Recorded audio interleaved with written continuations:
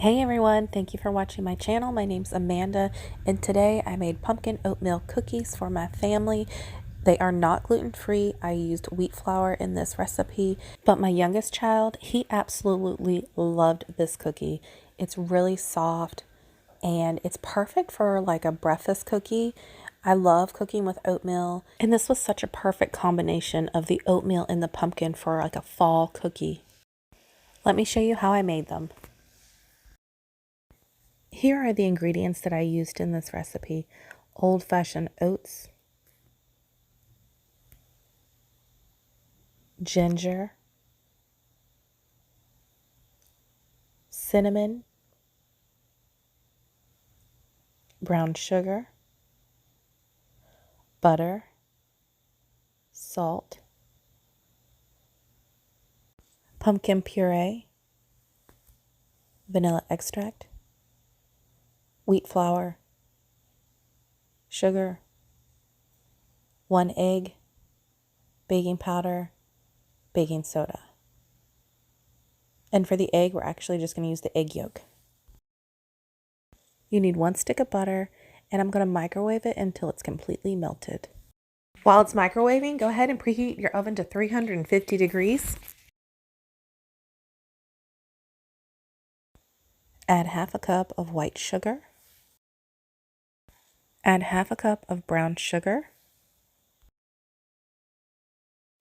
Now add 3/4 cup of pumpkin puree.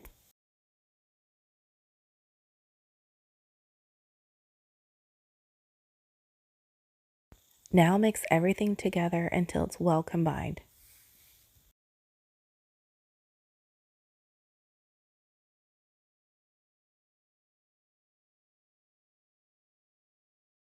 One teaspoon of vanilla extract. You need 1 egg yolk, and I'm going to save my egg white so that way I can make something with it for lunch.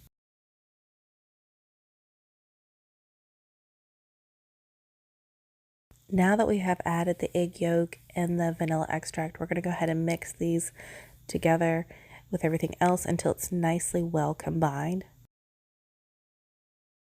Now we're going to go ahead and add the dry ingredients into the bowl, except for the oats. We'll wait for those at the end. So we're going to need 1.5 cups of wheat flour, all-purpose flour. I say wheat. I mean, it is wheat, but I'm not making a recipe with gluten-free flour. So I kind of emphasize on it that, hey, this is wheat because, you know, I have people that follow me that are gluten-free, and I'm the only person in my family that is gluten-free. So I try to keep it mixed with making gluten-free things and wheat things as well for my family to eat and enjoy. 1/2 teaspoon of baking powder.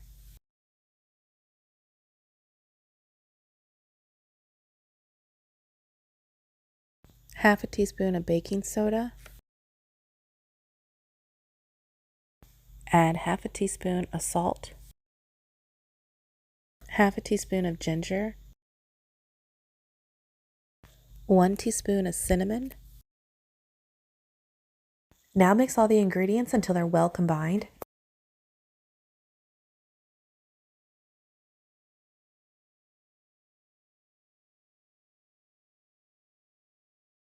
Scrape down the sides and give it another quick mix.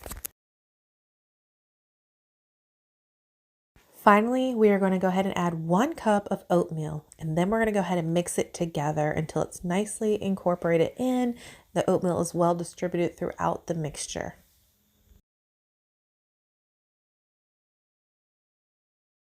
Get all the extra batter off your blades, and then we're going to go ahead and scrape down the sides. We're going to go ahead and line our cookie sheet with some aluminum foil, and we're going to spray it down with some Pam spray. You can use parchment paper if you prefer. Either one is perfectly fine. For some odd reason, I have better luck with using aluminum foil when I make cookies. Not sure why, but I just do. But either is fine. You can use a cookie scoop, or if you don't have one of those, you can use a tablespoon to scoop out the cookie batter. I'm using a tablespoon to scoop out the cookie batter.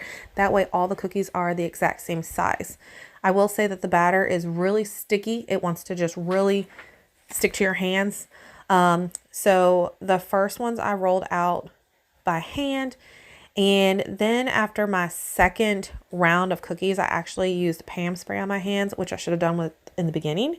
It actually helped a lot better, you know, rolling the balls out and shaping them, because then the Pam spray helped keep the dough, the cookie dough, like to the ball and not on my hands. They are all roughly around the same size. I see that there's like 3 that are kind of small. They'll be perfectly fine.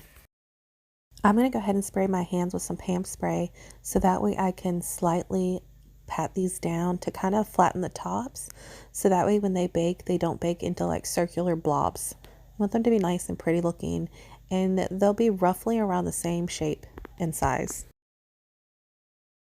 Here's how they look. There's a total of 12 cookies on this cookie sheet, and I have more cookie dough to go through. So we're going to go ahead and put these in the oven at 350 degrees, and we're going to bake them for 14 minutes. But look how cute they look. Here's how much batter we have left. We're going to go ahead and let the cookies cook, and then once they're done, we'll let them cool down for a bit, and then we'll continue making more cookies. It has been 14 minutes and the cookies are done. We're going to go ahead and let them cool. I'm going to let them cool for about a good 5 minutes before I go ahead and transfer them to a plate. But look how cute they look and how soft they look. I love the color of them. I wish that I could eat them. They smell fantastic. I will have to make these gluten-free the next time I make them because they just smell so good. It has been 5 minutes now and the cookies are nicely cooled, so I can go ahead and transfer them to a plate so we can continue rolling more cookie dough up.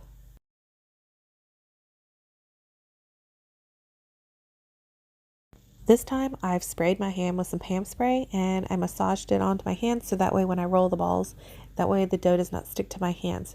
And this actually really helped a lot. Look how nicely that one's shaped.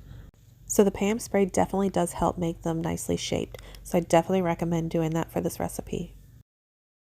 I should have kept spraying my hands with more Pam spray. As you can see, as the balls continue to come, some of them are starting to look a little more jagged and rough looking compared to the first few ones where they're really nice and rounded out. Definitely keep spraying your hands with more Pam spray if you want a perfectly nice shaped pumpkin oatmeal cookie. I definitely then sprayed my hands with some more and then try to reshape them and flatten them out while doing that. Now we're putting the second batch in the preheated oven at 350 degrees for 14 minutes, and you want them to be slightly browned. The 14 minutes are finally up and they look perfect and they smell amazing. The second batch definitely looks a lot prettier in shape compared to the first batch. So definitely spraying your hands with some Pam spray when shaping them is definitely very beneficial because they look a lot prettier. It's been 5 minutes now and they are slightly cooled down, so I'm going to go ahead and transfer them to the plate with the other cookies. Here's how the pumpkin oatmeal cookies look all done. They smell amazing and they are super soft. My kids absolutely loved them. They were excited when they got home from school and there was a new treat to try out. And they were excited that I said, hey, you can have these for breakfast the next morning.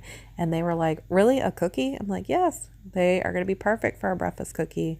But look how soft that looks. Everyone really loved them a lot, and my youngest, he can't get enough of them. So I definitely will be making these again, and next time I make them, I'm going to make them with a gluten-free flour so I can try them because they smell amazing. But thank you so much, guys, for watching. I hope you guys have a great day, and please subscribe. Bye, everyone. Take care.